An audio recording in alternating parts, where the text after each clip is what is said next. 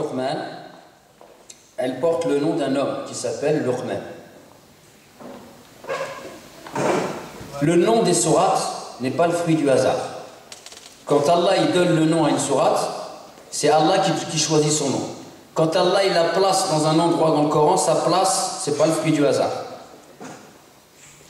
Quand Allah Azza wa Jal, eh bien, il met des histoires et une succession de versets dans une même sourate, c'est pas le fruit du hasard. Certains savants, ils ont dit sourate, le mot sourate, c'est le pluriel du mot mur. Et en fait, la sourate, c'est les murs qui vont entourer les versets qui abordent le même thème. Donc chaque sourate, elle a un thème. Elle a ce qu'on appelle des maqasid, des finalités. Elle a des objectifs qu'elle veut et nous faire comprendre. Et le nom, il est en lien avec le sujet de la sourate. Sourate Luqman, c'est la sourate des éducateurs. Et Allah, il a nommé cette sourate Luqman pour que Luqman soit notre professeur dans l'éducation des enfants. Donc quand vous allez lire, Inch'Allah, j'espère qu'après cette conférence vous reviendrez à sourate Luqman, quand vous irez lire cette sourate, gardez en tête que cette sourate, eh bien son objectif, c'est son sujet, c'est les éducateurs. On veut souvent parler d'éducation et on veut des structures pour éduquer nos enfants, mais s'il n'y a pas d'éducateurs, il n'y a pas d'éducation possible. Hein? Le point de départ de l'éducation, c'est l'éducateur. Et Allah Azza wa Jalla, il a réservé une sourate justement sur les éducateurs. Donc Luqman, qui est cet homme? Luqman, il y a une divergence parmi les savants de l'islam, de savoir est-ce que c'est un prophète ou est-ce que c'est simplement un sage, un pieux, un vertueux. Et Ar-Rajih fi hada, wallahu a'lam, annahu laysa bin nabi. C'est pas un prophète. Luqman, c'est pas un prophète, mais c'est un homme pieux, c'est un homme sage. Un homme tellement sage que Allah Azza wa Jal, eh bien, il a nommé une sourate par le nom de cet homme. Donc Luqman, pour que vous connaissiez un peu cet homme, il est rapporté que, eh bien, un de ses contemporains, une personne qui le connaissait, elle lui a dit: je suis étonné par toi, ya Luqman. Ana ata'ajjabu min amrik.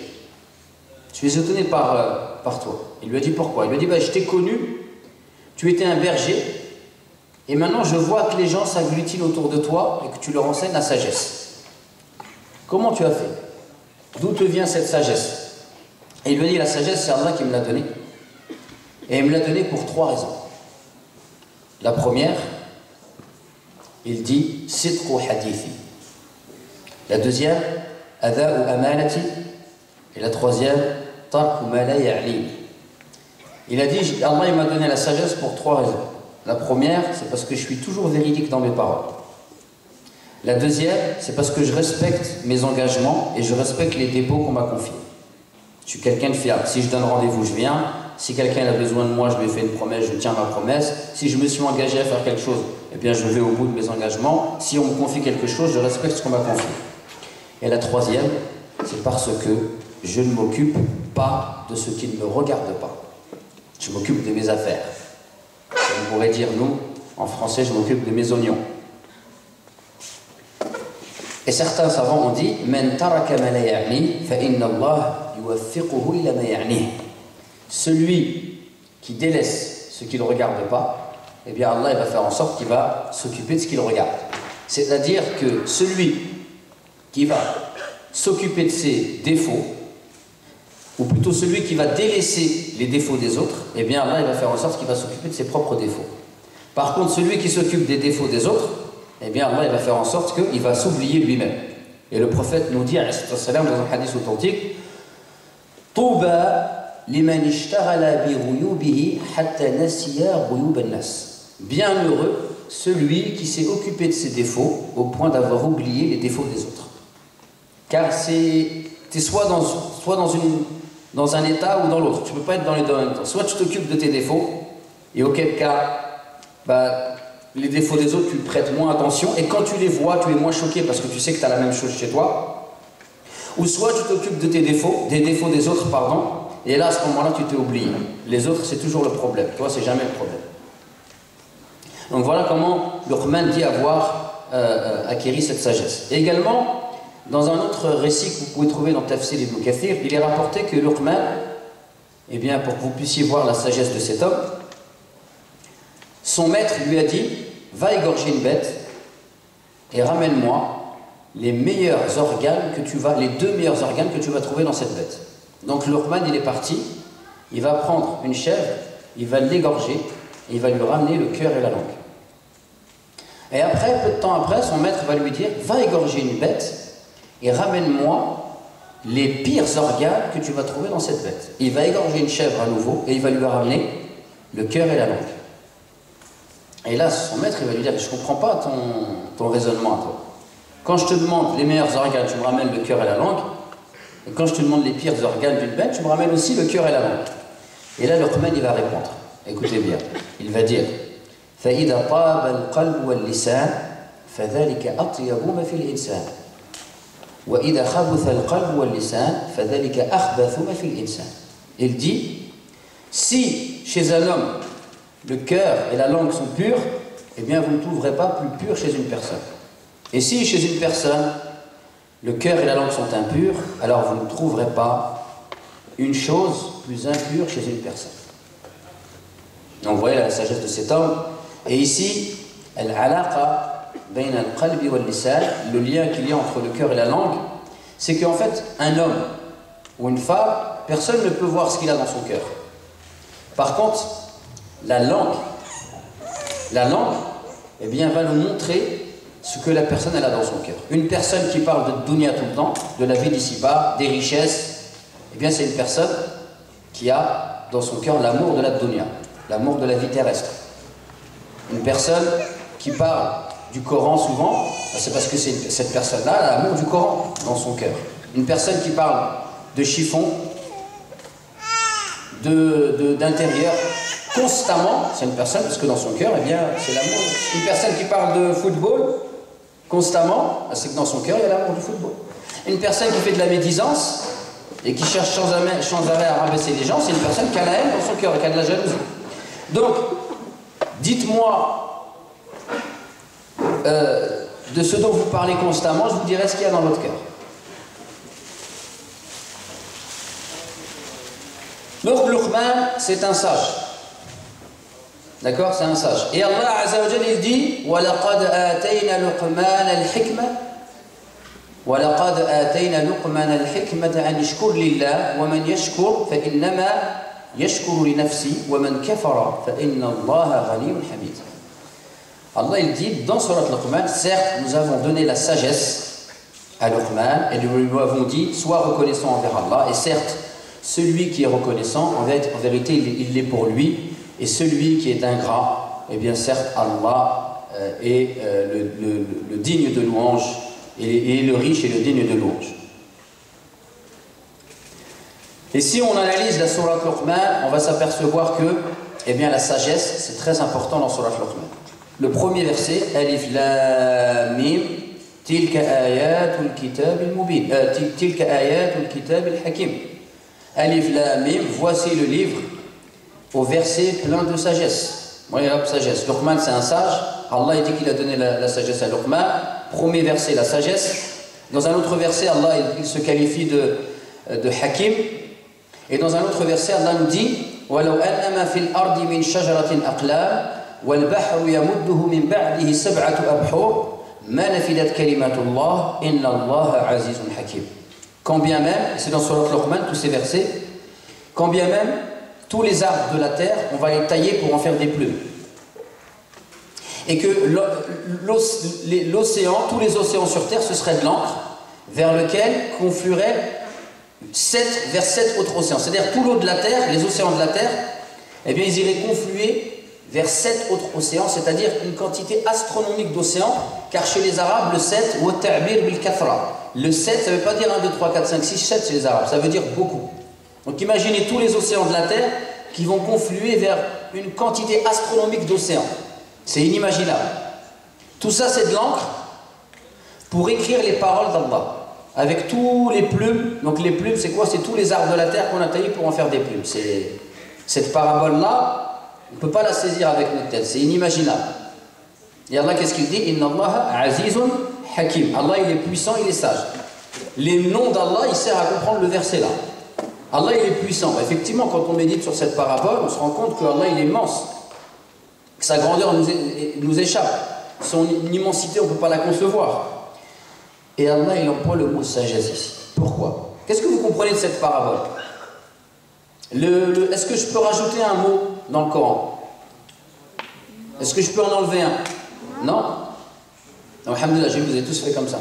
C'est bon, déjà vous avez le wifi, vous captez. C'est déjà pas mal. Donc on ne peut pas rajouter un nom dans le Coran, un mot dans le Coran. Et Allah, il nous dit que les gens, ils vont écrire avec tout l'encre et qu'ils vont épuiser les paroles d'Allah. Donc, comment? Il y a quelque chose de contradictoire. En fait, Allah, il dit dans cette parabole que si tous les savants, ils se réunissaient pour écrire toute la science, toute la sagesse, toute la lumière, tous les enseignements, toutes les règles qu'on pourrait tirer du Coran, eh bien, ils écriraient avec toutes ces plumes et ils utiliseraient toute cette encre, eh bien, ils épuiseraient l'encre et il y aurait encore dans le Coran de la sagesse, de la lumière, hein, des enseignements et des règles qu'on pourrait tirer du Coran. يعني القرآن مصدر من الأنوار ومن الحكم ومن العلوم لا يفنى. Le Coran, c'est une source inépuisable de science, de sagesse et de lumière. Donc cette sourate, on a dit, c'est la sourate des éducateurs.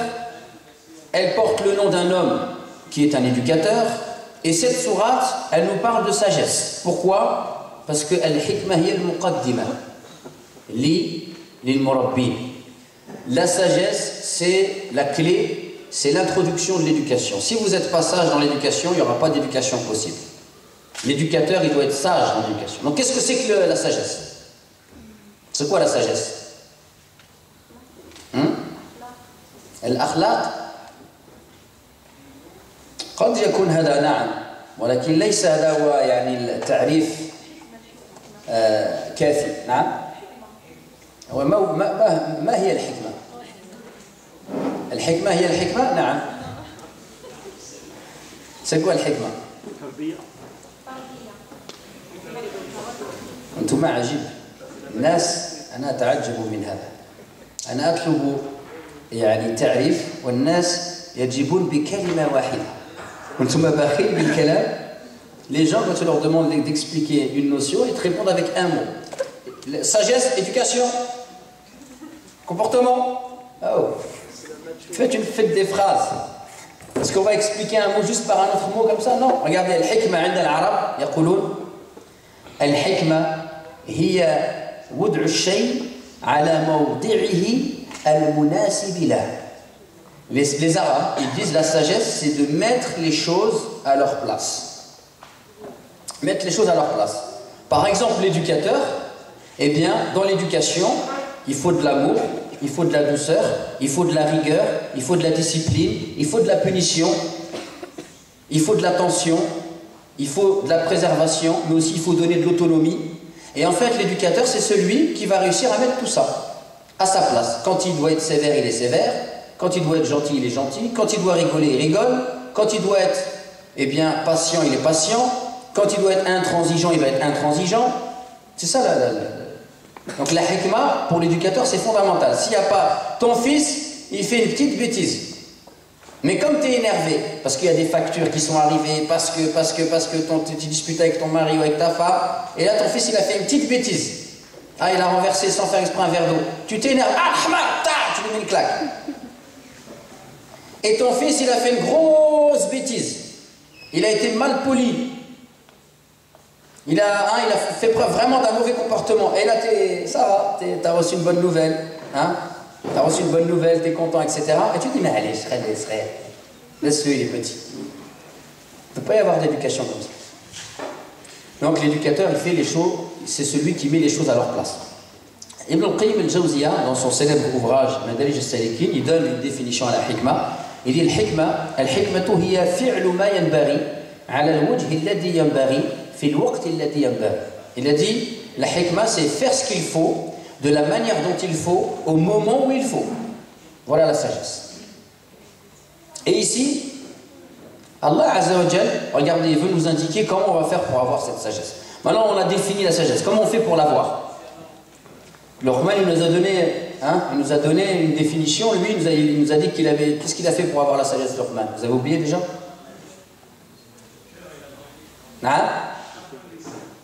Il a été véridique. Et qu'est-ce qu'il a fait encore? Il s'est occupé de ses affaires, c'est-à-dire de ses défauts. Qu'est-ce qu'il a fait d'autre encore?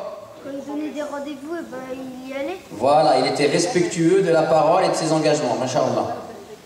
Donc c'est les enfants aujourd'hui qui sont réveillés, les parents ils dorment. Alors, donc Luqman, il nous a donné lui une voix, mais il y a une voix qui est donnée aussi par le Coran. Si vous voulez avoir la sagesse, eh bien qu'est-ce qu'il dit Allah? وَلَقَدْ آتَيْنَا لُقْمَانَ الْحِكْمَةَ أَنِ اشْكُرْ لِلَّهِ الشُّكْرِ. Vous voulez avoir la sagesse, il faut être reconnaissant. Qu'est-ce que c'est que la reconnaissance?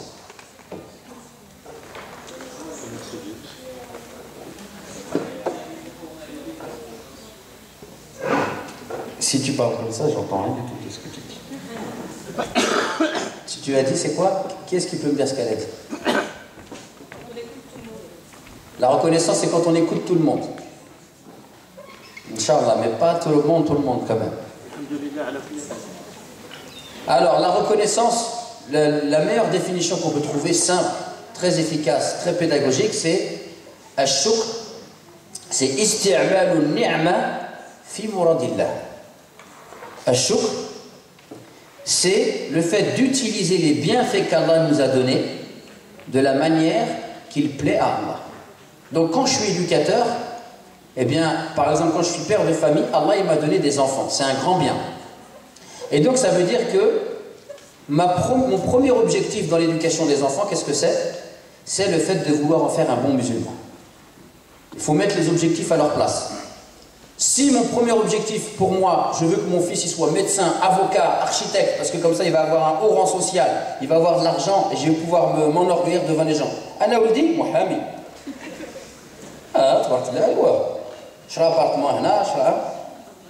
Mais ça se trouve, il ne fait pas la prière. Hein? Il vit dans le haram. Ah ouais, ajib. Il y a un tanaqud ici, il y a une inqilab al-awlawiyat, il y a une inversion des priorités. Non. En tant que musulman, mon objectif, le premier objectif, c'est que mon enfant, ce soit un bon musulman. Et après, deuxième chose, eh bien, c'est de lui permettre eh bien, de se parfaire en tant que tel. C'est-à-dire, lui, mon enfant, ça se trouve, eh bien, de par sa personnalité, il n'est pas fait pour être avocat ou médecin. Ce sera par exemple un très bon chef d'entreprise ou un très bon agriculteur, peu importe. Et donc moi, le but du jeu dans l'éducation, c'est d'en faire un bon musulman et de lui permettre de se réaliser tout en respectant ses caractéristiques et sa personnalité. Et de lui permettre de lui donner, de lui permettre qu'il donne le meilleur de lui-même. Donc si vous voulez être reconnaissant, et être reconnaissant en tant qu'éducateur, et si vous voulez avoir la sagesse, eh bien dans l'éducation des enfants, le premier objectif c'est d'en faire un bon musulman, et le deuxième c'est de l'amener à donner le meilleur de lui-même, tout en respectant eh bien, sa spécificité. Et je précise que j'ai absolument rien contre les médecins, les architectes et les avocats. Bien au contraire. Alors ça c'est le premier point, la sagesse, Allah il l'a liée à la reconnaissance. La sagesse dans le Coran, elle est liée à une autre notion qu'on appelle al-basira. Al-basira, vous connaissez le basira? Vous avez déjà entendu parler de basira? Allah dans le Coran, par exemple, il dit Ud'u ila sabili rabbika bil hikmati wal maw'idati al-hasana wajadilhum billati ahsan. Donc Allah il dit par la sagesse et la bonne exhortation, invite les gens au sentier de ton Seigneur. Et dans un autre verset, quand il nous parle aussi d'invitation à Allah, il dit Qul hadhihi sabili ad'u ila Allah. Donc Allah quand il parle de da'wa, il nous demande d'avoir deux choses, d'avoir le hikma et le basira. Donc le hikma c'est lié à le basira dans le Coran, d'accord? Vous me suivez là? Donc le basira qu'est-ce que c'est? Al-basira, al-tubsira al-makan wal-zaman wal-hadath. Al-basira c'est que tu sois clairvoyant. Al-tubsira al-makan, de l'endroit où tu te trouves, de l'époque dans laquelle tu te trouves, et que tu es clairvoyant face aux situations dans lesquelles tu te trouves. Et je vais m'expliquer. Aujourd'hui, on est en France. En 2015.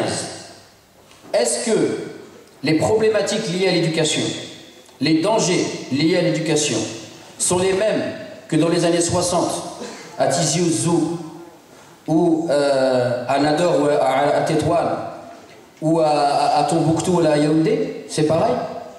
Ça n'a rien à voir. C'est pas du tout les mêmes choses. Donc est-ce qu'on va pouvoir éduquer nos enfants de la même façon que nous, peut-être, on a été éduqués au pays, ou même en France, dans les années 40, 50, 60? Là aussi, j'en vois certains qui font ça. Bah oui, c'est pas possible. Donc, El-Basira, c'est ça. El-Basira, c'est comprendre que si vous voulez éduquer vos enfants, vous avez connu une chose, vous avez connu une époque, et bien maintenant, ça a changé. Et l'un des plus grands changements, qu'est-ce que c'est dans l'éducation qu'il n'y avait pas avant? La technologie. Aujourd'hui, toi, tu veux éduquer ton fils, tu l'enfermes dans ta chambre, tu l'enfermes dans sa chambre. Ah ouais, il est fait Internet, il est les États-Unis, il est à l'autre bout de la planète. Il chatte, il voit des trucs, il voit des rejets. Donc ça, il faut en prendre conscience. Et regardez Allah Azza wa Jalla, qu'est-ce qu'il dit au début de la sourate.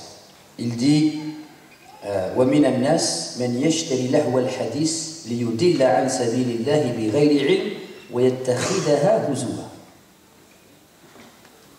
Regardez, il parle dans un verset, il dit il y a parmi les gens. Donc c'est la sourate des éducateurs.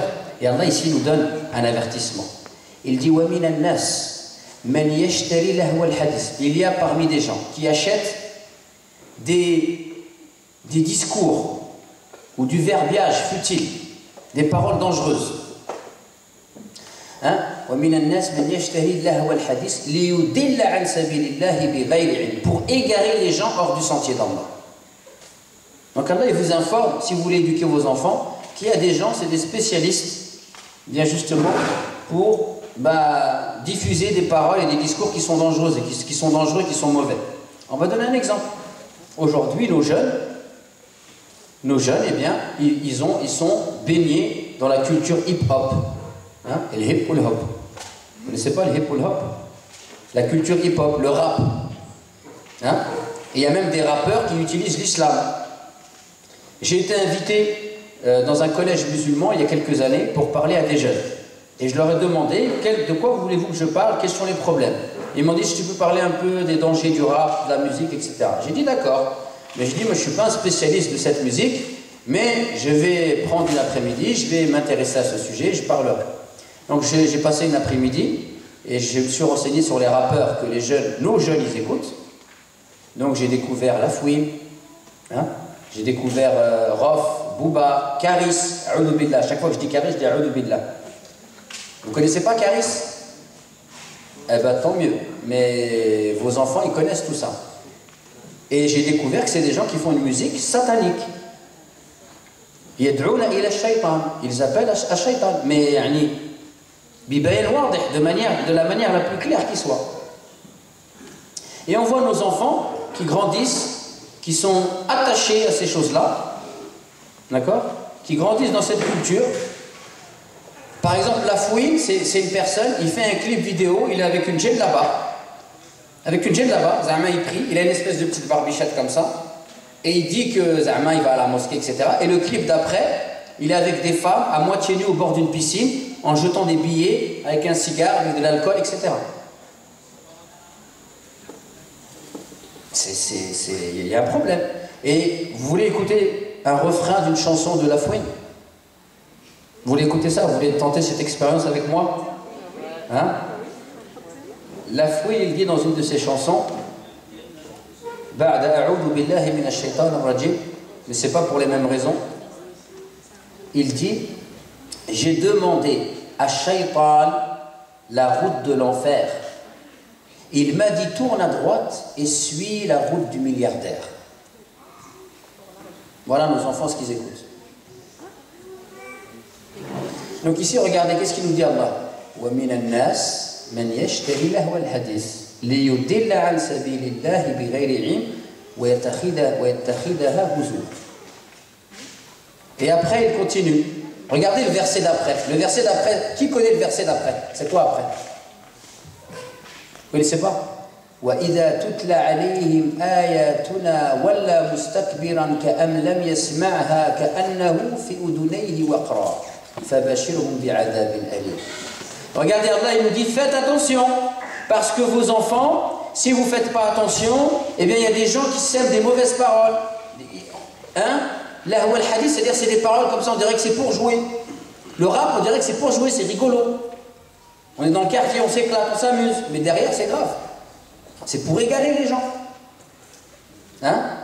Et qu'est-ce qu'il dit après Allah? Il dit, et si vous laissez vos enfants écouter le rap, qu'est-ce qui va se passer? Quand vous allez, Allah dit dans la suite du verset, une fois que les gens ils écoutent lahwa al-hadith, qu'est-ce qui se passe? Quand vous leur récitez les versets d'Allah, ils s'en détournent, comme s'ils ne les avaient pas entendus, et comme s'ils avaient lourdeur dans leurs oreilles. C'est-à-dire que nos enfants, si le rap il rentre dans leur cœur, le Coran il ne peut pas rentrer.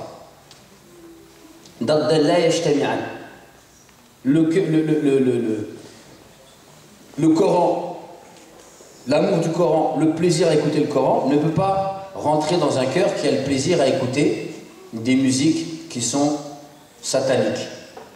C'est pas possible. Donc ici, Allah Azza wa Jalla il nous dit, attention, vous voulez être des éducateurs, vous devez avoir la sagesse, comme Luqman. Et la sagesse c'est quoi? C'est premièrement d'ambitionner de faire de nos enfants des bons musulmans. Et c'est en rapport avec Shukr. Deuxièmement, vous voulez être des bons éducateurs, vous devez avoir la sagesse, eh bien vous devez avoir al-basira. Al-basira c'est quoi? C'est comprendre où je suis, l'époque où je vis et ce que vivent mes enfants. Parce que moi ce que j'ai vécu ça n'a rien à voir avec ce que mes enfants vivent aujourd'hui. Combien de temps il me reste là?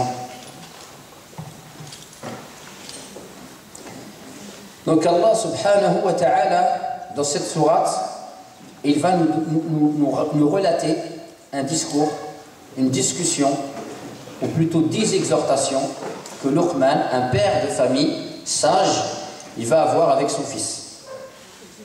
Donc Luqman, dans cette sourate, il va donner 10 exhortations, 10 conseils à son fils. Et je vous propose d'en faire l'explication tout de suite. Et donc Allah nous dit وَإِذْ قَالَ لُقْمَانُ لِابْنِهِ وَهُوَ يَعِظُهُ يَا بُنَيَّ لَا تُشْرِكْ بِاللَّهِ إِنَّ الشِّرْكَ لَظُلْمٌ عَظِيمٌ. Donc Luqman dit ici à son fils, et Allah nous dit وَإِذْ قَالَ لُقْمَانُ لِابْنِهِ. Et lorsque Luqman a dit à son fils وَهُوَ يَعِظُهُ, et cette parole-là elle est très importante, tout en l'exhortant. Qu'est-ce que ça veut dire? Ça veut dire que وَهُوَ يَعِظُهُ, cela signifie que Luqman, il a utilisé eh bien, un type de discours. Un type de discours, c'est-à-dire il lui a parlé d'une manière. C'est quoi cette manière? C'est ce qu'on appelle al-maw'ida en arabe. C'est quoi al-maw'ida? Al-maw'ida, en fait, c'est une parole qui part du cœur. C'est une parole où on parle avec nos tripes. D'accord? Donc ici, cela signifie que un père ou une mère qui parle à son enfant, elle n'a pas besoin d'avoir un doctorat en sciences de l'éducation ou en psychologie. Elle n'a pas les meilleurs conseils que les parents ils doivent donner à leurs enfants, c'est quand ils parlent avec leur cœur et qu'ils leur parlent sincèrement et qu'ils font sentir à leurs enfants que ce qu'ils leur disent, ce qu'ils sont en train de leur dire, c'est parce qu'ils les aiment. Alors regardez Luqman, qu'est-ce qu'il va dire? وَإِذْ قَالَ لُقْمَانُ لِابْنِهِ وَهُوَ يَعِظُهُ يَا بُنَيَّ. Ya bunay ici c'est une parole qui est très affective. Il aurait pu lui dire Ya ibni. Il lui a pas dit Ya ibni, il lui a dit Ya bunay. Pourquoi? Parce que c'est affectueux. Donc ici il va parler de manière intense avec son fils, il va l'exhorter, d'accord? Il va mettre de l'intensité dans ses propos, mais tout ça, le point de départ de tout ça c'est quoi? C'est l'amour. C'est parce que l'éducateur il doit vouloir le bien pour l'enfant. Et il doit lui faire sentir qu'il lui veut son bien. Et par exemple, même si on va punir, hein, aujourd'hui nous on comprend les choses à l'envers, et on voit des parents, ils ne veulent pas punir leurs enfants. Ils disent non, miskin, etc. Non, il faut le punir, il faut lui expliquer pourquoi tu le punis, et il faut lui expliquer que tu le punis parce que tu l'aimes bien. C'est pour son bien. Donc ici, Luqman, voilà, il nous montre la voie de l'éducation. La voie de l'éducation, c'est la voie du dialogue, c'est la voie de l'amour, et c'est la voie de l'affection. Il ne peut pas y avoir d'éducation si l'éducateur n'a pas établi une relation affectueuse avec son enfant. Il ne peut pas y avoir d'éducation si l'enfant ne se sent pas aimé. D'accord? Et aimer, pour faire sentir à un enfant qu'on l'aime, c'est pas lui acheter tout ce qu'il veut ou céder à tous ses caprices. Non. L'aimer, c'est lui montrer la voie, lui dire ça c'est bien, ça c'est pas bien. c'est l'encourager, c'est l'aider à surmonter ses défauts. L'aimer, c'est pas lui cacher ses défauts. Ah, hein? Faut rien lui dire, faut pas le contrarier. Non, c'est pas ça l'éducation. Au contraire, l'éducation, c'est de l'amener à être lucide sur lui-même, à lui montrer ses qualités et ses défauts, et lui dire ses défauts, c'est pas pour le rabaisser, c'est pour lui dire, voilà mon fils, tu es un charmant garçon, tu es gentil, Allah t'a donné beaucoup de choses, mais tu es un peu trop au speed, si tu n'arrives pas à te maîtriser, ça va te jouer les tours dans la vie. Et c'est lui apprendre, l'aider. Donc, وَإِذْ قَالَ لُقْمَانُ لِابْنِهِ وَهُوَ يَعِظُهُ يَا بُنَيَّ لَا تُشْرِكْ بِاللَّهِ إِنَّ الشِّرْكَ لَظُلْمٌ عَظِيمٌ. La première recommandation que Luqman fait à son fils, eh bien, il aime son fils. D'accord? Mais il aime son fils, et il aime son fils en Allah. D'accord? En islam, on aime, mais on aime pour Allah et on déteste pour Allah. Et quand on aime une chose, même l'amour naturel qu'on a pour une chose, cet amour naturel ne doit pas nous pousser à désobéir à Allah Azza wa Jal. Et donc ici, Luqman, il enseigne à son fils, eh bien, l'amour d'Allah Azza wa Jal. Et il lui dit, ne donne pas des associés à Allah. Car certes, l'associationnisme est le pire des péchés. C'est-à-dire, ne va pas laisser rentrer dans ton cœur l'amour d'une chose qui va te détourner de l'amour d'Allah. Et alors, je ne connais pas Clermont-Ferrand, mais je peux vous parler de Paris et de la région parisienne. La région parisienne, alors écoutez bien, la région parisienne, c'est connu pour des quartiers populaires dans lesquels il y a de la délinquance, des trafics en tout genre, trafic de drogue notamment, et c'est connu que les jeunes musulmans ou les jeunes d'origine musulmane, ils ont une place très importante dans ces trafics. Mais on dit, je ne suis pas fier de dire ça, j'ai honte de dire ça, mais c'est la vérité.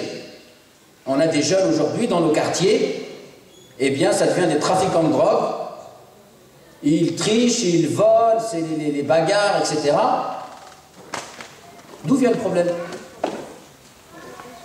Le problème, c'est que ces gens-là, ils grandissent dans des quartiers populaires, ils sont en échec scolaire, ils grandissent avec la culture de la télévision, etc. Donc il faut être une star, il faut avoir de l'argent, il faut avoir ceci. Et lui, il voit qu'il est en échec, et il voit qu'en fait, il a une voie facile pour faire beaucoup d'argent. C'est la drogue, c'est la délinquance. D'accord? Et donc il se jette dans cette voie, et finalement c'est une voie satanique, parce que Shaitan, comment il fait pour les tromper ces jeunes-là?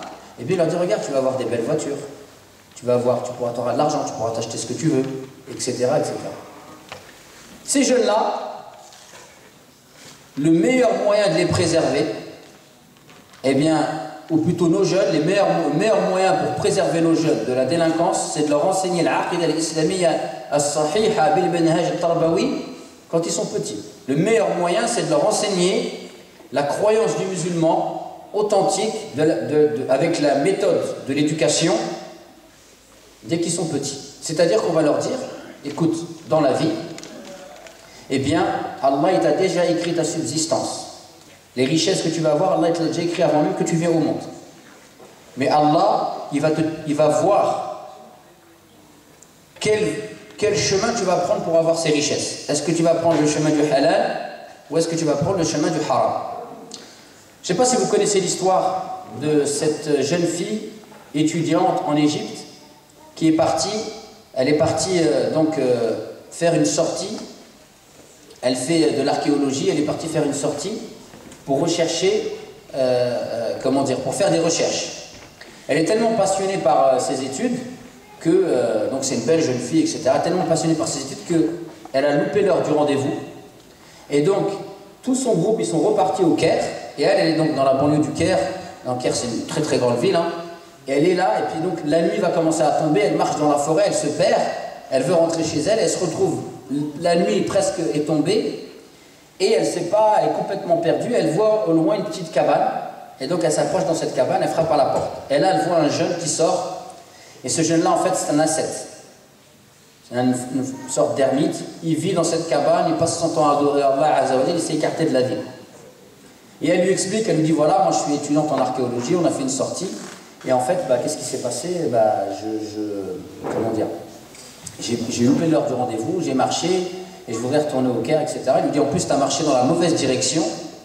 Et il lui dit, donc maintenant, pour retourner là où il y a les taxis, etc., c'est trop tard, il fait nuit. Donc il lui dit, je te propose de dormir chez moi, et demain matin, je te ramène. Sauf que lui, il vit tout seul. Donc, un homme et une femme qui se retrouvent tout seuls dans une maison, qu'est-ce qui se passe? Un homme et une femme, ils ne sont pas mariés, ils ne sont pas de la même famille, qu'est-ce qui se passe? C'est qui vient s'inviter? Shaitan. D'un côté, lui, il n'a pas le choix, il ne va pas lui dire allez, va dehors. Donc, qu'est-ce qu'il fait, lui? Il prend un drap et il sépare sa maison en deux. Lui, il est dans un côté et elle est de l'autre côté. Elle a peur, donc elle dort et elle fait comme le sefseli. Je ne sais pas si vous connaissez le sefseli. C'est un habit tunisien. C'est que les femmes, elles se mettaient et puis elle laissait juste un œil. Elle se part avec son drap, elle met son et puis elle a juste un œil comme ça pour le voir si jamais il tenterait quelque chose. Donc elle dort et tout, etc. Et puis lui, il est de l'autre côté, il dort. Elle va remarquer une chose bizarre, c'est que 5 fois dans la nuit, il va se lever. Mais jamais il viendra la voir. Hop, il dort, il se réveille pour le fajr, ils font la prière du fajr, et il lui dit vas-y viens, je t'accompagne. Et donc il la raccompagne, elle prend le taxi, elle rentre chez elle. Quand elle rentre chez elle, elle voit son père. Son père, il était très inquiet, il lui dit mais qu'est-ce qui t'est arrivé? Qu'est-ce qui s'est passé? Et elle lui explique, elle lui dit bah voilà, je me suis perdu, je me suis retrouvé dans la maison d'un jeune ermite, etc. Et voilà, il m'a ramené, etc. Elle lui dit mais... Il a du mal à croire à cette histoire, le père. Et il est inquiet. Et il dit cet ermite, elle lui dit bah, je l'ai vu 5 fois se lever la nuit. Il avait séparé la maison en deux avec un drap, mais voilà, j'en sais pas plus. Et lui, qu'est-ce qu'il dit? Il dit, c'est bizarre ça. Donc il veut être sûr que sa fille lui dit bien la vérité. Donc il retourne, il cherche dans la forêt, il trouve effectivement cette cabane, il frappe à la porte, et il voit le jeune homme sortir avec un bandage à la main. Et il lui dit, qu'est-ce qui t'est arrivé? Pourquoi tu as ce bandage? Et il lui dit, bah écoute, c'est simple, hier il m'est arrivé une histoire toute bizarre, j'ai recueilli une étudiante qui s'était perdue, j'ai été obligé de l'héberger chez moi, j'avais pas le choix, et bah, tu sais bien que quand un homme il se retrouve avec une femme étrangère, bah, il y a de la tentation qui vient, etc. Il me dit, j'ai senti 5 fois Shaitan venir me tenter. 5 fois Shaitan, il est venu me dire, bah va voir cette fille, en plus elle est jolie, tout ça, etc. Et il me dit, 5 reprises, j'ai pris une bougie, et j'ai mis mon doigt sur une bougie. Et j'ai dit, regarde, je me suis dit à mon œuf, si tu n'es pas capable de supporter le feu de cette bougie pendant plus d'1 seconde, et tu voudrais supporter le feu de l'enfer. Et donc il dit, à chaque fois que Shaitan il venait me tenter, j'ai fait ça 5 fois, donc je me suis brûlé les 5 doigts. Et il le dit, après il est parti, il m'a laissé tranquille. Et là le père il va dire à cet homme, il a dit, par Allah, je vais cesser toute ma vie durant de faire des du'as pour que ma femme elle se marie avec un homme pieux comme toi. Donc si tu acceptes ma fille comme femme et que ma fille t'accepte, et ben Inch'Allah elle sera ta femme. Donc regardez ici, bah quoi, ce jeune garçon, il avait la capacité d'obtenir quelque chose par la voie du haram, il s'y est refusé, et Allah lui a donné par la voie du halal. Donc l'éducation du musulman, et notamment la croyance, c'est justement de se dire que nous, tout notre travail consiste à chercher à acquérir ces richesses dont on a besoin pour vivre par la voie du halal. Puisque de toute façon, ce que je dois avoir comme richesse, ça me viendra. Maintenant, est-ce que je le veux dans le halal ou est-ce que je le veux dans le haram? وإذ قال لقمان لابنه وهو يعظه يا بني لا تشرك بالله إن الشرك لظلم عظيم. Ensuite, à la suite de ces versets-là, Allah, il a coupé les recommandations de Luqman par la bienfaisance envers les parents. Il dit وإذ قال لقمان لابنه وهو يعظه يا بني لا تشرك بالله إن الشرك لظلم عظيم ووصينا الإنسان بوالديه حملته أمه وهنا على وهن وفصاله في عامين أن اشكر لي ولوالديك إلي المصير وإن جاهداك على أن تشرك بي ما ليس لك به علم فلا تطعهما وصاحبهما في الدنيا معروفا واتبع سبيل من أناب إلي ثم إلي مرجعكم فأنبئكم بما كنتم تعملون. Donc ici, Allah, c'est un passage, il y a la première recommandation de Luqman, et il y a un passage où il parle des relations avec les parents. Donc moi, ce n'est pas le sujet dont je veux vous parler avec vous, on est dans les recommandations de Luqman. Et après, Allah, il revient avec les recommandations de Luqman. Donc il en reste combien? On en a vu une, il en reste combien? 9. Il y a une deuxième recommandation. يا بني إنها إن تك مثقال حبة من خردل فتكن في الصخرة فتكون في الصخرة أو في السماوات أو في الأرض يأتي بها الله إن الله لطيف خبير.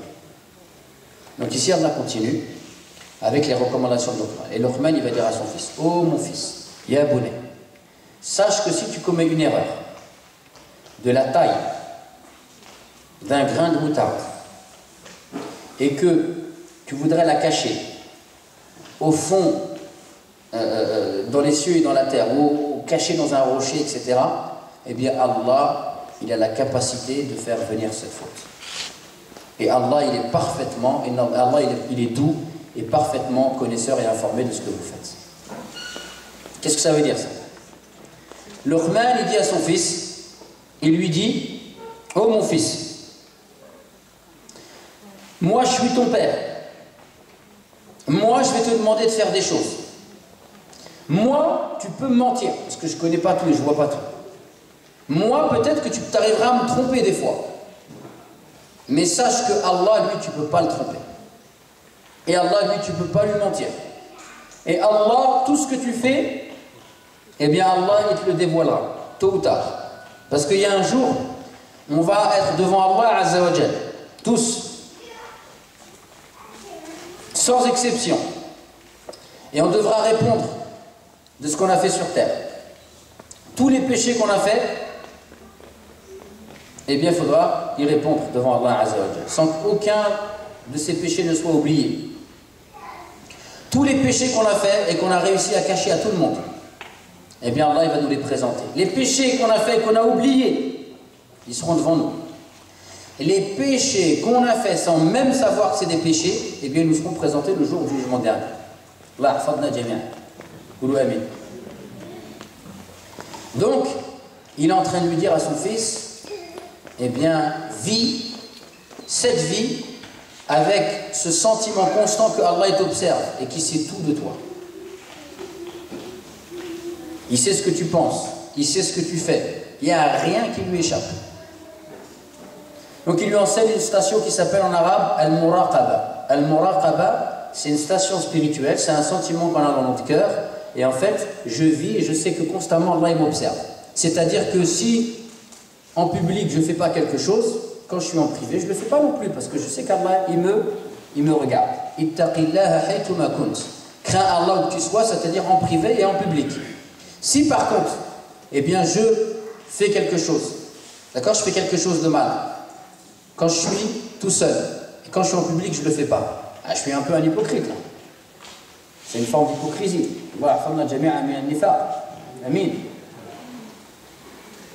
Et donc ça, il y a une histoire qui est magnifique. C'est l'histoire d'un savant de l'islam qui s'appelle Sahel ibn Abdillah al-Tustari.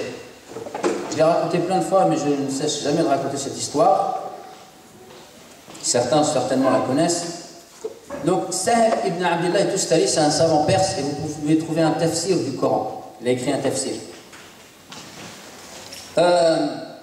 Lui, quand il est petit, Sahel, sa mère, elle l'amène chez son père. Elle l'amène, pardon, chez son oncle.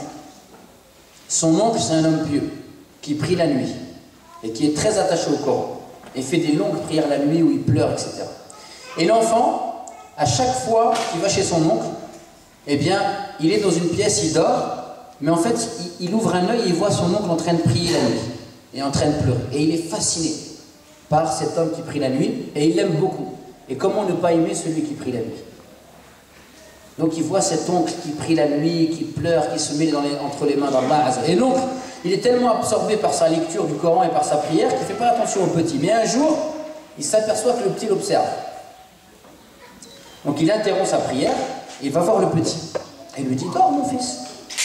Mon enfant dort, tu vas être fatigué. Il lui dit, si tu veux, je vais t'enseigner quelque chose. Des paroles que tu diras à chaque fois que tu viendras au lit, tu les diras jusqu'à ce que le sommeil t'emporte. Il va lui dire, tu vas dire Allahu shahidi, Allahu nadiri, Allahu nadiri, Wallahu ma'i.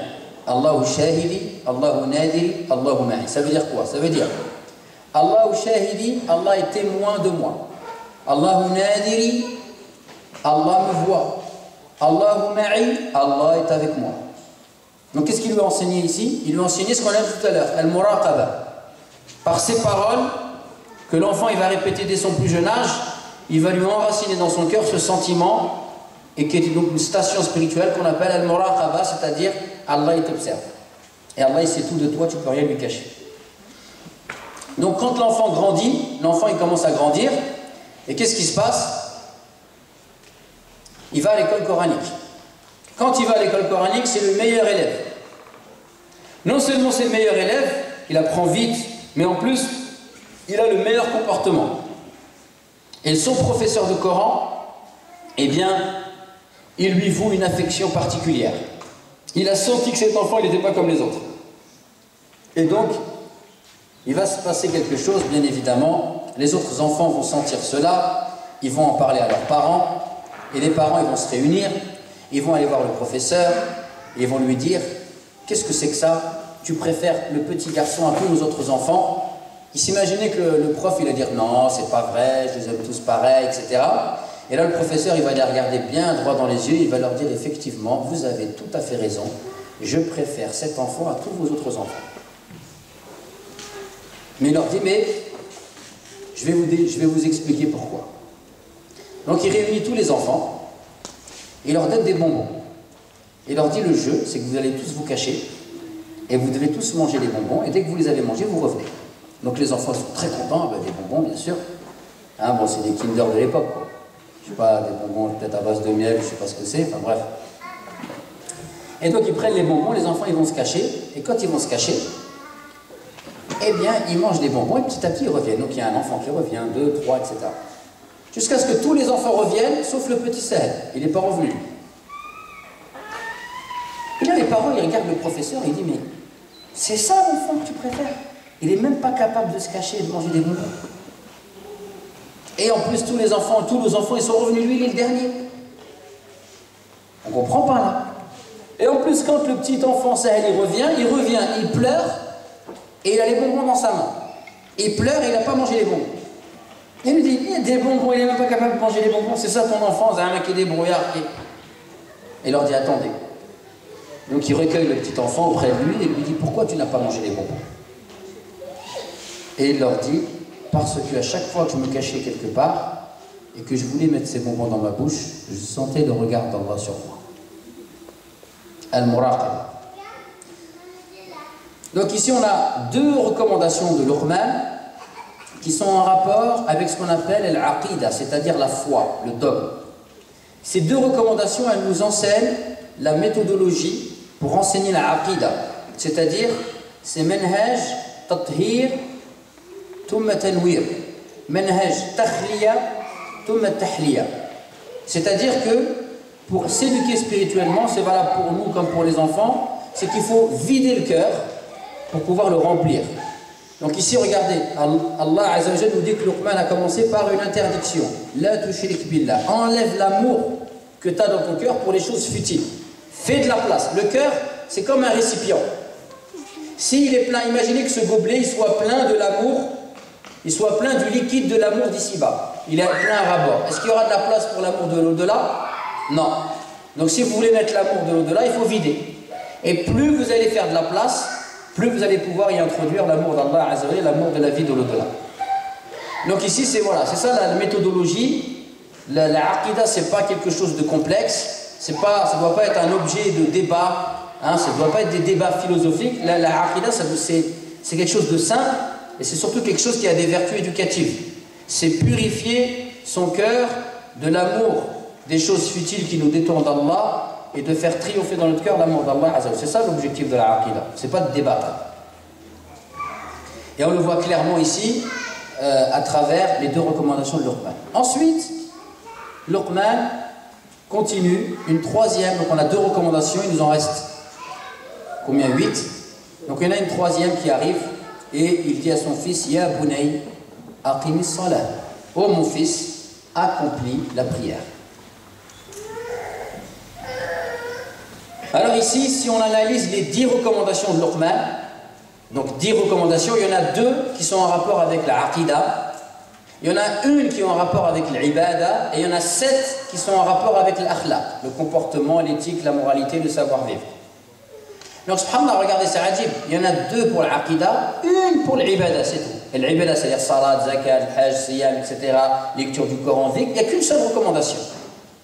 Alors que nous, c'est vrai, quand on va parler de din, qu'est-ce qu'on va dire? Salli, qra, dir, hfad. Et on a l'impression que le comportement, c'est quelque chose, c'est autre chose. Lui, Luqman, c'est pas ce qu'il a fait. L'ibada, qu'est-ce qu'il lui a dit? Salli, et la khlas, et tout. Alors nous, on pourrait considérer que quand on dit salé, ben, c'est pas grand-chose, quoi. Mais en vérité, c'est beaucoup. Le problème, c'est pas le problème de la prière. C'est nous, notre problème, de notre perception de cette prière et de notre manière de prier. C'est ça qui est problématique. Mais la prière, celui qui fait la prière, comme disent les savants, dans la prière, il y a tout l'islam. Il y a combien de piliers d'islam? 5. C'est quoi les piliers d'islam? Vas-y, Habibi. Zakat. Zakat. Hajj. Hajj. Sonnet. Salat, c'est ça? Ouais, salat. Oui. Aidez-le, subhanallah, vous êtes... Shahadatayn, les 2 professions de foi. Là, bientôt, en été, on va faire quoi? Le ramadan, voilà, 5 piliers de l'islam, d'accord? Eh bien, dans la salat, il y a tout l'islam. Quand vous faites la prière, vous devez prier pour qui? Pour Allah. La ilaha illallah. Quand vous priez, vous devez prier comment? De quelle manière? Non, la manière de prier. Comme le prophète, Muhammad al-Rasulullah. Donc vous voyez dans la prière, il faut qu'elle soit sincèrement faite pour Allah. Donc on a la ilaha illallah. Et dans la prière, on doit prier comme le prophète. Donc on a Muhammad al-Rasulullah. Donc dans la prière, on a le premier pilier d'islam, c'est-à-dire la profession des 2 attestations de foi. Shahadu an la ilaha illallah, shahadu anna Muhammad Rasulullah. Dans la prière, on a le 2e pilier, la salat. Salat, khalas. Après, 3e pilier, zakat. Quand vous faites la prière, qu'est-ce qu'il faut faire? 5 fois par jour, il faut dépenser de votre temps pour vous mettre en relation avec Allah. Et le temps, c'est ce qu'on a de plus précieux sur terre. Hein? C'est pas ici qu'on apprend le temps, c'est de l'argent. Le temps, c'est plus précieux que l'argent. D'accord? Donc, dans la prière, on doit apprendre et on doit s'éduquer chaque jour que Dieu fait à dépenser, eh bien, à 5 moments de la journée, une partie de notre temps pour nous mettre en relation exclusivement avec Allah. Donc, il y a de la zakat. Quand vous faites la salat, c'est un peu comme une sorte de jeûne. Parce que quand vous priez, vous ne pouvez pas parler, vous ne pouvez pas rigoler, vous ne pouvez pas manger. D'accord? Et quand vous faites la prière, vous vous orientez vers la qibla. Donc c'est aussi en rapport avec le hajj. Donc la prière, en fait, il y a tout l'islam dans la prière. La prière, c'est, comme le disent les savants, un jardin spirituel dans lequel vous allez trouver toute forme d'adoration. Il y a les adorations avec le cœur, parce qu'il faut prier avec le khushu', il faut l'ikhlas, il faut tout le manina, il faut la tranquillité, la quiétude. Quand vous priez avec votre corps. Vous faites notamment le sujoud. Hein? On se prosterne pour Allah Azza wa Jal. Donc c'est-à-dire que la partie de notre corps la plus noble, le visage, on la met sur la partie la plus insignifiante, le sol, par dévotion pour Allah Azza wa Jal. Quand vous faites la prière, eh bien, par exemple pour les hommes, vous allez prier en groupe. Donc vous allez vous associer avec d'autres frères. Donc il y a des vertus sociales dans la prière et comportementales. Donc la prière, c'est vraiment quelque chose d'exceptionnel. Mais nous, on passe à côté de ça parce qu'en fait, la prière, c'est simplement un fardeau qu'on porte ou une épine qu'on a dans le pied et je l'accomplis, ça y est, je me suis déchargé de ce fardeau. Mais les anciens, c'est pas comme ça qu'ils étaient. Le prophète, qu'est-ce qu'il a dit? Il disait à Bilal, Ya Bilal, arihna biha. Oh Bilal, repose-nous par elle. C'est-à-dire, fais l'appel à la prière, comme ça on va prier, on va se reposer. La prière, c'est un délice, c'est un repos. D'accord? Donc ici, Luqman, il dit à son fils, Ya bunay aqimi salat. Et en fait, dans l'éducation des enfants, vous savez que c'est à 7 ans qu'il faut commencer à les initier à la prière. Peut-être pas les 5 prières par jour à 7 ans, mais par exemple, vous pouvez lui faire choisir une prière et, eh bien, de 7 ans, il fera toujours, par exemple, Dohor. Il y a 8 ans, il fera Dohor plus l'Asr. Il y a 9 ans, il fera Dohor, l'Asr et le Maghrib. Et chaque année, vous lui rajoutez une prière. Il arrive au collège, il a les 5 prières. Mais par contre, quand vous faites la prière à un enfant de 7 ans, qu'est-ce qui se passe? Vous lui apprenez, vous le faites mûrir intellectuellement parlant. Pourquoi? Parce que vous lui expliquez que dans la vie, on joue. Et les enfants, ils ont envie de jouer. Et ils ont besoin de jouer. Et il faut les faire jouer. Par contre, il faut leur apprendre aussi à ne pas tout le temps être dans le jeu. Je joue, là maintenant je suis sérieux, je fais mes devoirs. Là je joue, mais là maintenant je range ma chambre. D'accord? Là je joue, on rigole, mais maintenant je te parle sérieusement, je ne rigole pas avec toi. Donc il faut lui apprendre justement à être capable de passer d'un état à un autre et vous l'amener à se maîtriser. Et vous l'amener à mûrir parce qu'il comprend que dans la vie, il ne va pas passer tout son temps à jouer, à courir, à rigoler. Quand vous allez lui enseigner la prière, à son plus jeune âge, vous allez le mettre en relation avec Allah dès son plus jeune âge. C'est-à-dire que dès son plus jeune âge, il sait que c'est un être qui a été créé par Allah et il a des devoirs à accomplir. Donc c'est quelque chose où on le fait mûrir. Vous le mettez en relation avec Allah, vous le mettez en relation avec l'invisible, avec l'au-delà, avec le Créateur. Il y a énormément de bienfaits à la prière dès le plus jeune âge.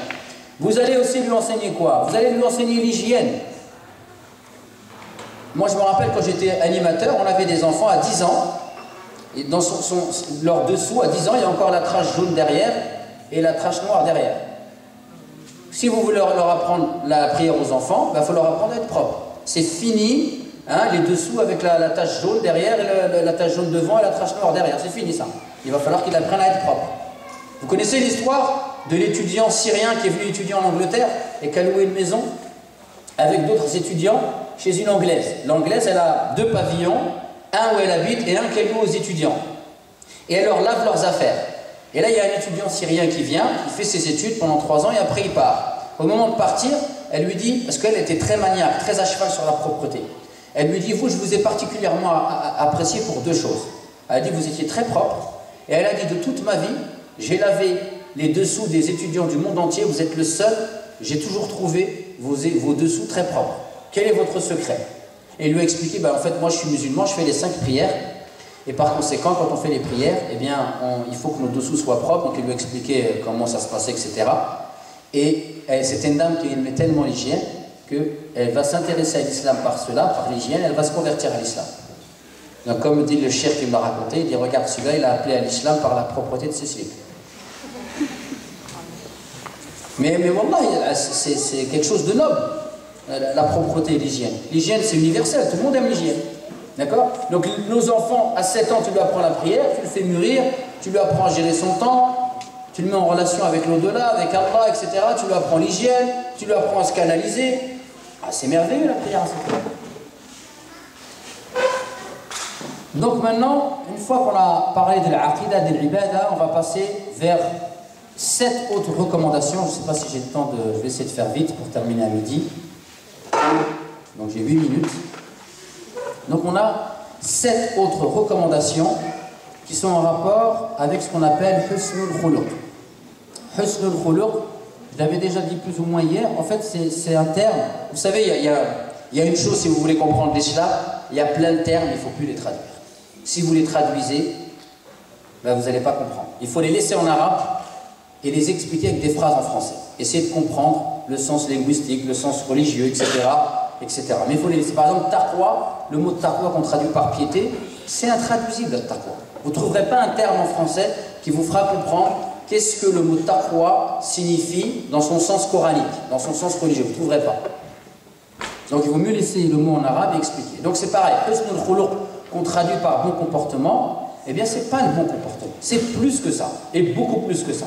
Le comportement, par exemple, en Occident, si je viens et je me comporte bien, je vous dis bonjour, merci, etc. Mais dans mon cœur, je vous méprise, je dis quelle bande d'ignorants, là, ces paysans de l'Auvergne, là. Hein, mais je vous souris comme ça, etc. Vous allez dire, ah, machallah, il a un bon comportement, le chien. Mais en islam, je n'aurais pas un bon comportement. Pourquoi? Parce que dans mon cœur, j'aurais éprouvé du mépris pour vous.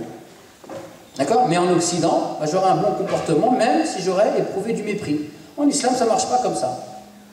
Donc, Husnul Khuluq, c'est plus que le comportement, c'est la nature de la personne. C'est ses caractéristiques intérieures. C'est-à-dire, c'est ses traits de caractère. Est-ce qu'il est généreux ou avare?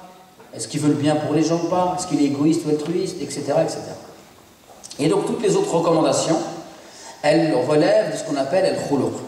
Et le prophète nous dit, je n'ai été envoyé que pour parfaire, et on pourrait traduire en disant que pour parfaire l'intériorité des gens.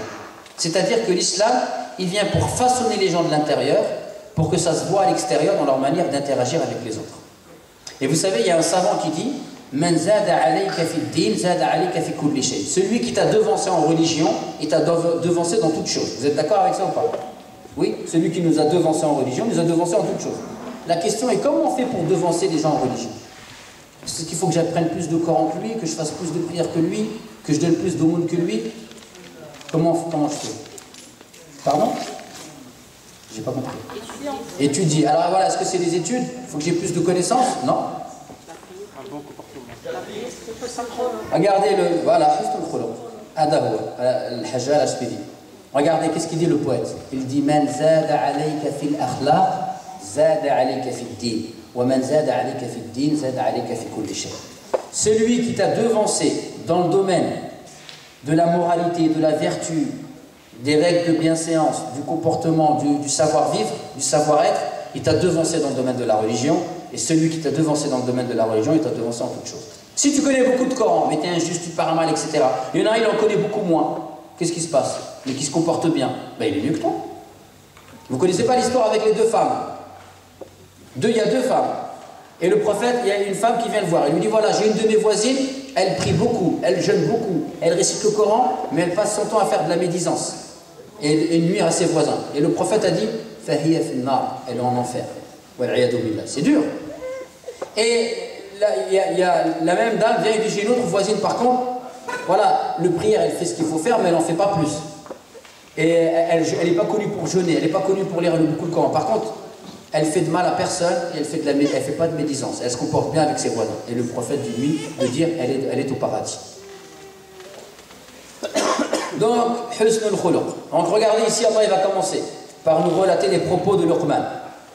Et les propos de Luqman, ils sont murattab, ils sont bien classés. Donc il lui dit, regardez l'aqida et la prière. Parce qu'en fait, le socle de l'éducation spirituelle, c'est la aqida, la conception et la relation que je vais établir avec Allah. Ensuite, ça doit m'amener à vouer un culte. Mais non, quand je prie, c'est quoi l'objectif de la prière? La prière, la zakat, le ramadan, il y a des vertus derrière que je dois obtenir. Il y a des finalités, il y a des objectifs. Par exemple, Allah ne dit-il pas dans son saint livre « Inna as-salata tanha 'anil fahsha'i wal munkar » Certes, la prière préserve de la turpitude et du blâmable. Donc la prière, c'est aussi un exercice spirituel à travers lequel je m'améliore. D'accord? Et après, Luqman il assiste et il dit donc Ya bunay aqim as-salat, ensuite wa'mur bil ma'ruf wa nha 'anil munkar, c'est-à-dire oh mon fils, appelle au bien et interdis le mal. C'est-à-dire sois quelqu'un qui en société pense à l'intérêt général, sois quelqu'un qui se veut être un élément positif dans la société, ne sois pas acteur, sois spectateur, sois quelqu'un qui fait la promotion du bien et qui réprouve le mal. Donc regardez ici, il lui donne une conscience qui est très importante. Hein, il faut arrêter d'être spectateur, de regarder ce qui se passe et de dire ah c'est pas bien, ah c'est injuste, ah pourquoi ils ont fait ça? Et toi qu'est-ce que tu fais? Le musulman c'est quelqu'un qui fait, qui produit quelque chose. Il est pas spectateur, il est acteur, il propose. Le musulman c'est pas quelqu'un qui tend la main, c'est quelqu'un qui donne. Donc voilà, ici, wa'mur bil ma'ruf wa nha 'anil munkar. Regardez, deuxième chose. Wasbir 'ala ma asabak, inna dhalika min 'azmi al-umur. Sois patient dans tout ce que tu vas entreprendre, car voilà la bonne résolution à prendre dans les affaires de la vie d'ici-bas. Nous aujourd'hui, on éduque nos enfants. Moi, cette scène-là, j'y ai assisté dans plein d'endroits. Tu vois Zulikha al-Habiba avec Abdel Quddous, ils sont à Carrefour avec leurs enfants, elle les voilée, lui, tabarakallah, il a la barbe, et ils ont leurs enfants qui sont dans le caddie, ils passent, et l'enfant, ah papa, je veux ça. Non, c'est bon. Tiens, c'est bon, hein, donne-lui ce qu'il veut. Alors on retrouve le caddie avec les Kinder, les trucs, le nut, enfin tout ce que les enfants ils veulent, tous les poisons que les enfants ils veulent. Et nous en fait on grandit avec nos enfants, on leur dit, on leur a appris un langage. Pleure, fais des caprices et je te donnerai ce que tu veux pour que tu te taises. C'est-à-dire, avec papa et maman, si tu fais eh bien tu finis toujours par avoir ce que tu veux. C'est bien ça? Donc, est-ce que là, on est en train de lui apprendre la patience? Non, il faut lui apprendre la patience. Dans la vie, est-ce qu'on a tout ce qu'on veut dans la vie? Est-ce que ça se passe comme on veut? Non. Pourquoi ne pas leur apprendre dès leur plus jeune âge? De leur dire, écoute, dans la vie, tu n'auras pas tout ce que tu veux. Apprécie ce que je te donne et ce que je te donne pas, patience. Moi, je suis moitié chleur. Vous connaissez les chleurs du Sousse, hein? On dit que c'est des radins, tout ça, etc. C'est pas forcément toujours vrai. Il y a un chleur qui m'a donné un conseil quand j'étais petit. Il m'a dit, dis-moi ce que tu veux et je te dirai comment faire pour t'en passer. Dis-moi ce que tu veux et je te dirai comment tu peux faire pour t'en passer. Cette phrase-là, moi, elle est rigolote, mais au-delà, il y a du vrai. En vérité, parfois, on veut beaucoup de choses, mais on n'en a pas forcément besoin. D'accord? Et nos enfants, il faut leur apprendre ça. Il faut leur apprendre dès le plus jeune âge à gérer leur frustration. Vous savez qu'aujourd'hui, il y a beaucoup de divorces. chez les jeunes musulmans de 20, 25 ans, 30 ans. L'un des problèmes, vous savez ce que c'est? C'est que les jeunes musulmans, on ne leur a pas appris à gérer leur frustration. Lui, il se marie, quand il était chez lui, parce que vous savez bien que chez les Maghrébins, je ne sais pas si chez les Turcs ou je sais que chez les Africains c'est aussi un peu comme ça, l'homme c'est un roi à la maison. Hein, la mère, elle a 62 ans, elle est fatiguée, son fils il rentre, elle est prête à aller elle se met au fourneau pour lui faire ce qu'il veut, tiens, l'idée, etc. Et les jeunes Maghrébins, ils grandissent comme ça. Et quand ils se marient avec Khadija. Peut-être sa mère ou sa tante s'appelle Khadija, mais Khadija des années 60, le modèle des années 60 et le modèle des années 2000, ça n'a rien à voir. Le modèle des années 60, elle se bat, elle est douce, elle cuisine, elle sait faire le pain avec ses mains, elle sait tout faire, elle te lave, elle truc, et en plus elle te fait des du'a, elle apporte pour toi. La Khadija des années 2000, c'est pas la même chose. Hein? Khadija des années 2000, elle ne sait pas cuisiner, mais elle sait très bien se maquiller. Et par contre, Khadija des années 2000, si tu lui tapes un peu sur le système nerveux, elle va te répondre. Et qu'est-ce qui se passe? On arrive, voilà, des couples. Moi j'ai vu ça, comme je suis imam, je suis souvent sollicité pour intervenir dans les couples. On a l'impression, voilà, il n'y a pas très longtemps, j'avais des gens, ils avaient à peu près la trentaine, mais j'avais l'impression qu'ils avaient 14 ans. Est-ce qu'un homme il rentre chez lui, il n'y a même pas, je suis tout le temps mangé des pizzas surgelées. Elle dit, ouais, mais moi je travaille aussi, tu savais que je travaillais avant, ouais, mais quand même. Et voilà, c'est ça. Et parce qu'ils ont été dans l'incapacité de leur plus jeune âge à gérer leur frustration. Vous voulez éduquer vos enfants? Apprenez-leur la patience. Wallah al-azim. La patience, c'est une chose, il n'y a pas une chose que vous allez vouloir réaliser dans cette vie d'ici-bas sans avoir besoin de la patience. Et aujourd'hui, c'est une qualité qui nous fait cruellement défaut, et la société de consommation où tout va plus vite, où on excite constamment nos désirs, eh bien on s'est écarté de cette vertu, la patience. Vous vous rappelez, hier je vous disais que quand je suis parti au Maroc pendant 7 ans, une des choses que j'ai apprises, c'est à rester assis pendant 2 heures, 3 heures, à écouter et à ne pas bouger. Mais c'est vrai, parce que quand je suis parti là-bas, je me suis rendu compte que, eh bien à force de vivre en Occident, où tu es étudiant, tu as une bourse, tu ne connais pas la faim. On ne connaît pas la faim, nous. Regardez même nos enfants, dès qu'il a faim, j'ai faim. On dirait qu'il devient, hein, on dirait presque il peut te tuer tellement il a faim. Et nous on dit, voilà, non, apprends-lui à gérer sa faim. Il va manger, du calme. Donc la patience, fondamentale. Il faut que je m'arrête peut-être, c'est ça? Alors juste pour la suite, je vais terminer sur ça. Donc c'est que des choses qui sont en lien avec, par la suite, avec le savoir-vivre avec les gens. Regardez, dans le Coran, Allah nous dit que Luqman, il a dit à son fils, وَلَا تُسَعِّرْ خَدَّكَ لِلنَّاسِ وَلَا تَمْشِي فِي الْأَرْضِ مَرَحًا إِنَّ اللَّهَ لَا يُحِبُّ كُلَّ مُخْتَالٍ فَخُورٍ. Donc, ne détourne pas ton visage des gens. C'est-à-dire, il dit à son fils, quand tu vas parler avec les gens, regarde-les, respecte-les, ne détourne pas ton visage. Et ne marche pas sur terre de manière présomptueuse, de manière orgueilleuse, hein, comme les rappeurs. Il marche comme ça, avec son pantalon qui tombe, ou pas son caleçon, il est comme ça, comme je t'appelle Ahmed, masha'Allah.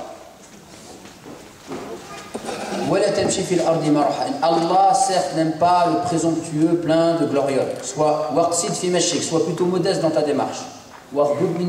Parle doucement. Car certes, la voie la plus détestable est bien celle des âmes. Donc ici, on a dans le Coran, eh bien, un père qui parle à son fils et qui lui enseigne, eh bien, justement, une manière d'être en société qui relève de la délicatesse, de la sobriété, de la pudeur.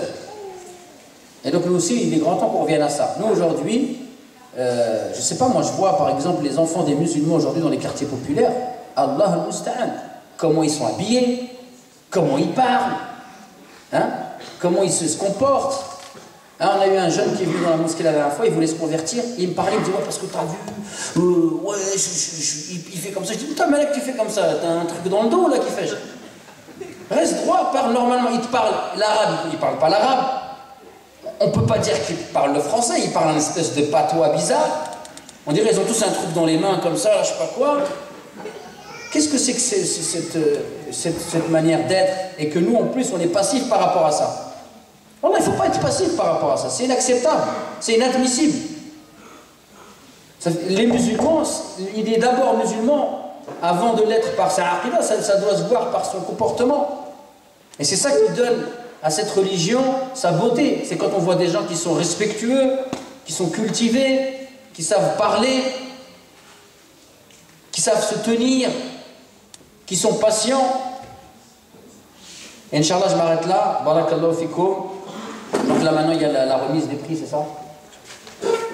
Donc barakallahu fikoum wa barakallahu li wa lakum fil Qur'an al-azim wa nafa'ani wa iyyakum bima fihi min al-ayati wa dhikri al-hakim. سبحان ربك رب العزة عما يصفون والسلام على المرسلين والحمد لله رب العالمين.